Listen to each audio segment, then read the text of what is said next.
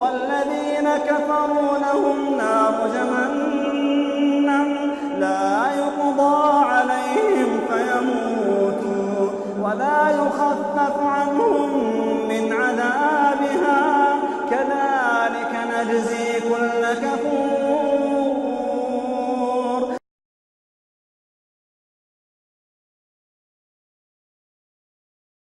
لقد رضی اللہ عن المؤمنین اذ یبایعونک تحت الشجرہ، بلا شک و شبہ اللہ ایسے ایمان والوں سے راضی ہو چکا ہے جنہوں نے درخت کے نیچے آپ کے ہاتھ پر ہاتھ رکھ کر بیعت کی تھی۔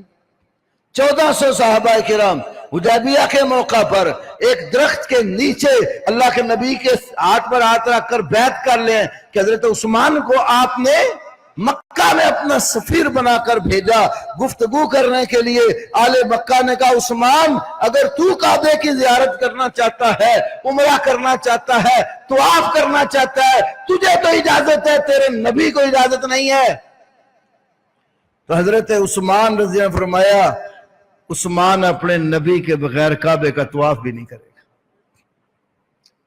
مسئلے میں کچھ توتکار بھی ہوئی، مشہور ہو گیا کہ حضرت عثمان کو شہید کر دیا گیا۔ یہ خبر اللہ کے نبی صلی اللہ علیہ وسلم کو پہنچی تو وہ جو 1400 صحابہ ساتھ لے کر آئے ہوئے تھے، آپ صلی اللہ علیہ وسلم نے ہاتھ آگے بڑھایا اور اوپر ہاتھ رکھا، فرمایا یہ ہاتھ میرے عثمان کا ہے اور اس کے اوپر ہاتھ رکھ کے سب بیعت کرو، اتنی دیر تک واپس نہیں جائیں گے جب تک خون عثمان کا بدلہ نہیں لیں گے۔ تو اللہ نے قرآن میں وہی اتار دی، لقد رضی اللہ عن المؤمنین اذ یبایعونک تحت الشجرہ فعلم ما فی قلوبہم۔ یہ کوئی سرسری بات نہیں ہے، اللہ کہتا ہے ان کے دلوں کے اندر جو کوئی تھا سب اللہ کے علم میں ہے۔ تو اللہ علیم بذات الصدور ہونے کے باوجود لقد ڈبل تاکید ذکر کر رہے ہیں۔ لام بھی عربی میں تاکید کے لیے ہوتا ہے، قد بھی عربی میں ماضی پہ داخل ہو جائے تاکید کے لیے ہوتا ہے۔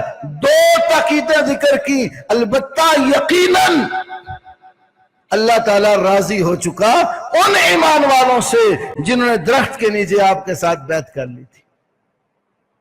تو جن سے اللہ راضی ہو چکا ہے ان کے اوپر اعتراض کرنے سے اپنا ہی ایمان خراب کرنا۔